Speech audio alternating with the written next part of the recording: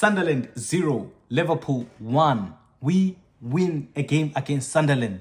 My goodness, coming into this game, it was close to impossible that I would imagine we will come out of this game victorious or emerge with 3 points at least.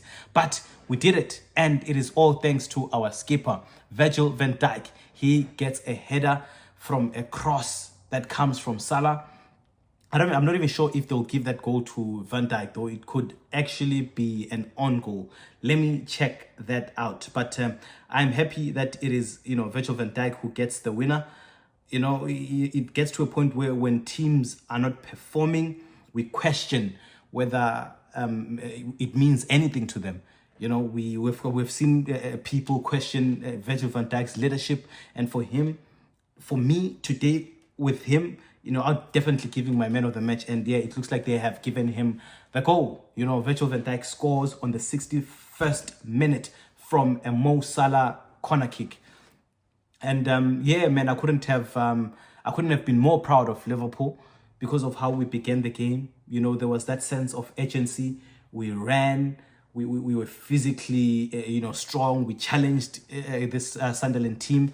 And I must say that, to be fair, we should have actually gotten more than 3 goals in the first half. We should have. For us to go to halftime without any goal was a bit of a shocker for me because of the many chances that we created. And when we created those chances and couldn't bury them, and we went to halftime 0-0, that, it bothered me a bit. It bothered me a bit because we created so many chances and we're not scoring. And I'm thinking, is it going to be one of those days where we don't find the back of the net? In the second half, of course, how we played in the first half. Look, Liverpool this season, or under Slot rather, when they play well in the first half, best believe it, in the second half, they're not going to play well. When we play badly in the first half, better believe it that in the second half, we're going to put more pressure. We're going to open up. We're going to, create spaces and create chances, right? So when we played like that in the first half, I'm thinking the second half, we're definitely going to give Sunderland a chance. And we did. But fortunately for us, we managed to get a goal, and defensively we were resolute. Defensively we defended the way we were supposed to. Slot, brought in players, and I liked how Endo played as well. Playing as a fullback, but he did really well up until obviously that injury that he got there. And kudos to him to continue trying to to add the numbers. We all saw that he really was hurting, but he just added a body there. And if it was to do anything, if it was to disturb or put the other players off, it did that. It did that, and up until the ball went out, of course, and he couldn't go on anymore. And shout out to him for being there, for being that samurai, for fighting even through the pain for this team.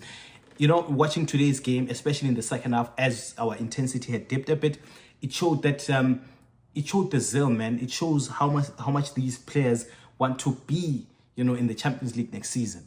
They understood that, look, United yesterday drew, Chelsea drew too.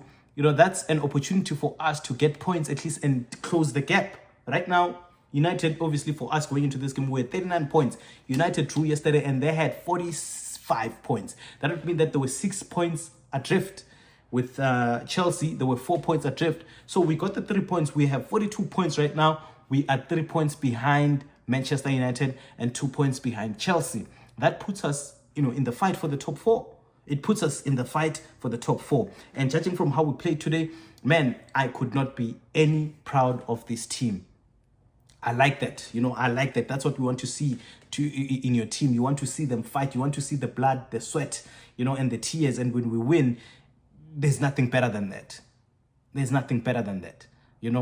We lost against Manchester City, a game which looked like it was going in our favor, especially after that beautiful Szoboszlai free kick. You're looking at that free kick, you're thinking, this is deja vu. This is what we did against Arsenal, and he scores like that before 20 minutes maybe to spare. You're thinking we're going to defend and we will win. Unfortunately, we lost 2-1. And Sobo got a red card, so he wasn't included in today's game.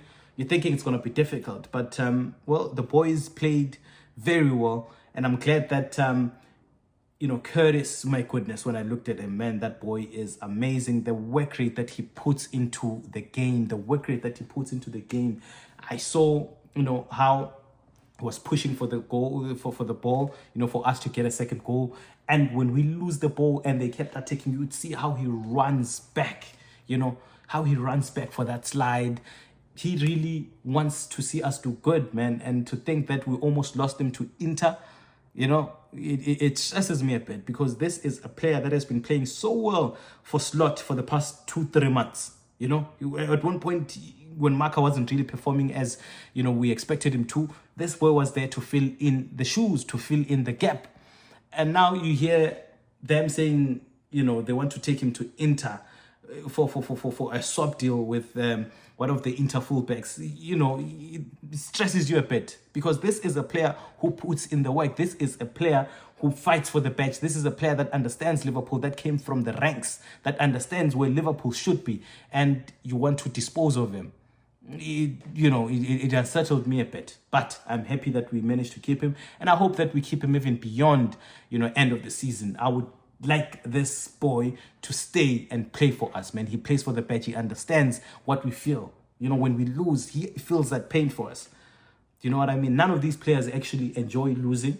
None of them enjoy losing. And when they play like this is what we want to see. We want to see them play for the badge. And they did. Salah, of course, still hasn't gotten the goal that he wants. He seeks for it. He's trying. And we should just, stand by him and hope that when the time comes, he will get that goal.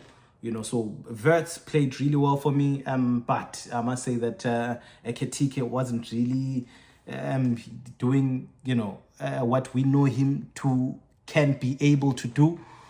The way instances where he held the ball far too long. When he passes it, it's either there's not much power in the ball, so it goes to a Sunderland player, or he puts so much power to it that it outruns our player. And I don't know what's going on with him, but we know how good he can be. And soon, obviously, we hope that he will come back to his best and get in the goals, because we know how brilliant he is. We see how much of a threat he is. There was one point where he beat up a man, but unfortunately he held the ball for too long, and when he did, he lost it to the other player. So that's what we're trying to that's what I'm looking at, that he can work on to do better. He has to release the ball early. He has to pass the ball to those that are open, because he's a striker. He will obviously expect the same thing too. So when you have the ball and there's a man that's open, try to pass the ball. And the sooner we do that, the easier it will be for us, because we'll be able to get goals on difficult days. Today was one of those days where I would say that it was difficult for us. If it hadn't been for the goal from Van Dijk, then it might have been really difficult. It might have even ended a draw because of how scarce the chances were. But thanks to our skipper for that. And it is what it is, man. If you're a Liverpool fan, please leave your comment and tell me how you feel of this win, and if you feel like obviously we'll be able to get into the top 4. Our next opponent, of course, will be Nottingham Forest, and that'll be on the 21st of this month. So there was a little bit of a break here. So see you guys when the time comes. Thank you guys for watching until thus far. Please don't forget to like and subscribe, and of course leave a comment about who you think was your player of the match, because for me, I think it was Virgil van Dijk by far. And shout out to Konate too. He played really well. He held Brobbey, man, and Brobbey was a menace. Physically, he's strong, and he's fast as well. But Konate managed him super well. I couldn't be more proud. Thank you guys.